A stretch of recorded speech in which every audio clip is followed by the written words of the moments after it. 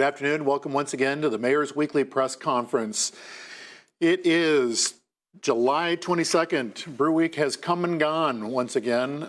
What a great series of events they put on for us here in Athens, as well as showcasing a lot of the state's microbreweries where they had, as I understand it, over 300 different beers that were being poured throughout the uptown area in the city. As well as multiple microbrewers, probably 40 plus microbrewers in the city. So great time.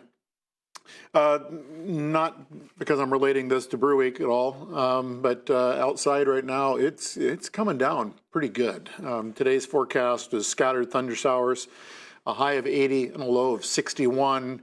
Tomorrow, it looks like it's going to be mostly sunny, with a high of 78 and a low of 54. Wednesday, mostly sunny, a high of 76 and a low of 57. Thursday is going to be sunny, a high of 83, a low of 59. Getting down pretty comfortable, almost jacket comfortable. Friday, also sunny, with a high of 86 and a low of 63. And then looks like Saturday, mostly sun, high of 86, low of 66. Sunday, mostly sun, high of 88, and a low of 67.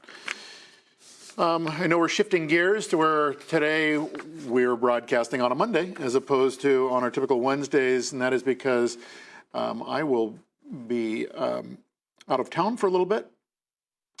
And so that said, we don't have a whole lot to share with you, given that we were just broadcasting late last week, if I'm not mistaken. A Richland Avenue Bridge replacement project, that is still underway, as you're probably aware. They have moved to the east side of Richland Avenue.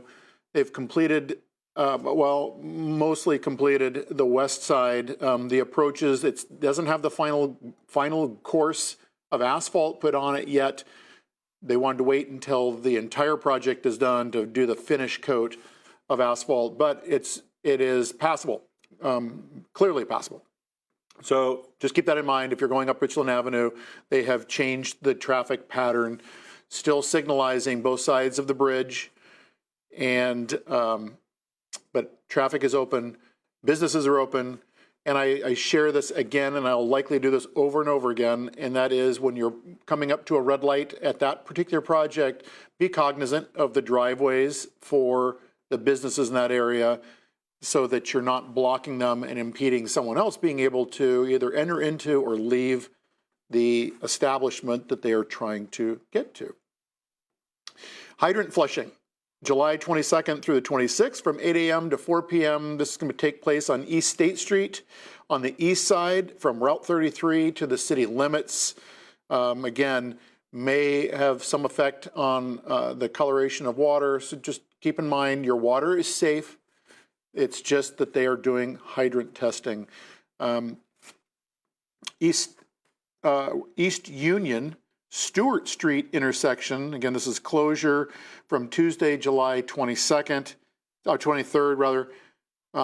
It looks like that will be closed for, I don't know if that's going to be closed just for the day. It'll start at 9 a.m. until completion of the water valve maintenance in that area.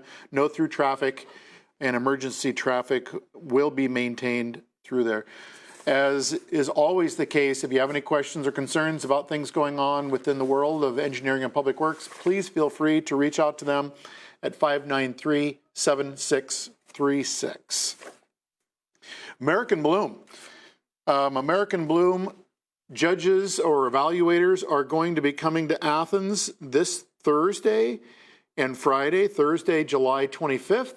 And Friday, July 22nd, we've had a lot of people, and I give huge thank you to everyone who volunteered to help spruce up the city, our flower beds, our gateways, everything to make it look as good as we possibly could for the judges coming in. They will be evaluating not only businesses and the plants that are growing in a lot of our businesses throughout the city. They will also be looking again at the city itself, our gateways, things like the 682 roundabout, the Stimson Avenue roundabout, the West Union Street roundabout, our little teeny baby roundabout. We'll be looking at a lot of things, the city building itself, the armory, but they're going to be looking at residents as well. They're going to go out into our neighborhoods and look at a lot of the flower beds that people have established in on their private property. So this is kind of a big deal. We're really hopeful that we'll score well this year. This year, we have flower baskets hanging on the city lampposts on Court Street. I think it goes almost the entire length of Court Street. I know it goes quite a ways south on Court, and then it certainly goes all the way on up to Carpenter or the Armory on Court Street itself. So keep that in mind. The other thing is August 3rd is Boogie on the Bricks. Kind of getting ahead of us a little bit, but this weekend is one of the few weekends where we don't have something going on in the city. We got to dream up something to have. We can't just let it hang out there, but it's also nice to kind of take a little bit of a respite from everything going on. And but mark your calendars for August 3rd being Boogie on the Bricks. I hope I didn't say Bounty on the Bricks. It's Boogie on the Bricks. Bounty on the Bricks is also in the mix because that's coming up as well. So we've got, I think, kind of an action-packed month of August when it comes to various events. Bounty, I'm sorry, I was wrong. Bounty on the Bricks is August 3rd. Bounty on the Bricks. Then August 10th is Boogie on the Bricks. And then August 17th is the Art and Music Fest. That'll be on West Union between Court and Congress. So again, since I kind of messed it up there for a minute, Bounty on the Bricks is the 3rd. And I don't see the times for that, but that'll be a late afternoon, evening event on Court Street. So mark your calendars, August 3rd, 10th, and 17th. Full set drum workshop, full drum set workshop, drumming with Jess Markowski. This is at Stewart's Opera House. This is not at Arts West, but Arts West is supporting this as well as the Southeast Ohio Musical Lending Library. That will be July 28th from 2 to 4 p.m. at Stewart's Opera House, 52 Public Square, Nelsonville. So come check that out. Their suggested donation is $12. Let's see, the beginning level recommended for ages 12 and up. So if you are 12 or up and you're interested in wailing on a set of drums, come on up and do so. I've got the last thing that I have, unless, Scott, I'm forgetting anything, and I don't think that I am. I have a proclamation.